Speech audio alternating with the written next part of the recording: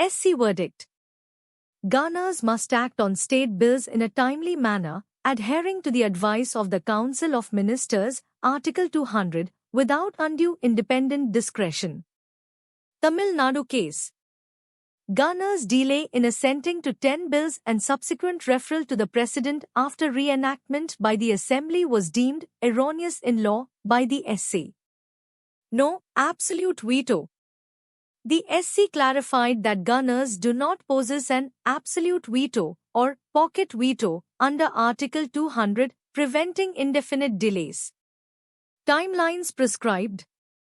The SC set timelines for governors: 1 month to withhold assent, 3 months if acting against state cabinet advice, and 1 month for represented bills. Governor's role.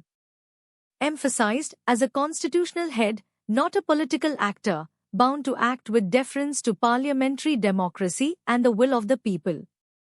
Must act as a catalyst and not an inhibitor. Limited discretion. Governor can only refuse assent to a bill when a bill is different and governor's discretion is subject to judicial review.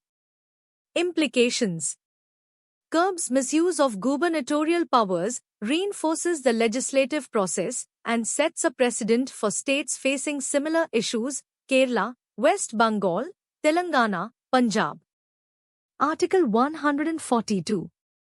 Exercising powers under Article 142 of the Constitution, the bench also declared the 10 bills as having received assent given the unduly long period of time for which these bills were kept pending by the governor before the ultimate declaration of withholding of assent, and in view of the scant respect shown by the governor.